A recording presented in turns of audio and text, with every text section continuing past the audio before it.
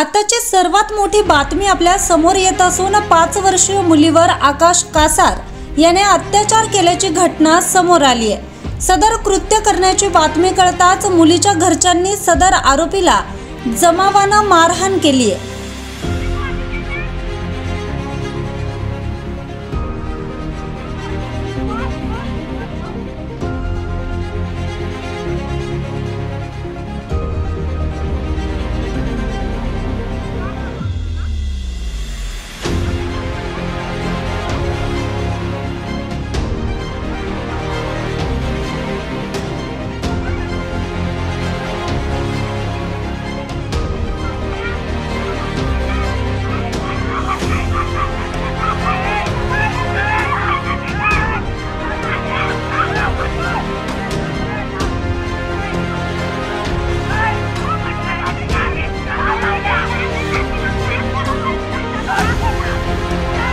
आरोपी आकाश कासार याला अकोले पोलिसांनी बेड्या ठोकल्या आहेत। डीवायएसपी कुणाल सोनवणे व अकोलेचे पोलीस निरीक्षक मोहन बोरसे यांनी तातडीने सूत्र हलवत सदर आरोपी जेरबंद केलाय।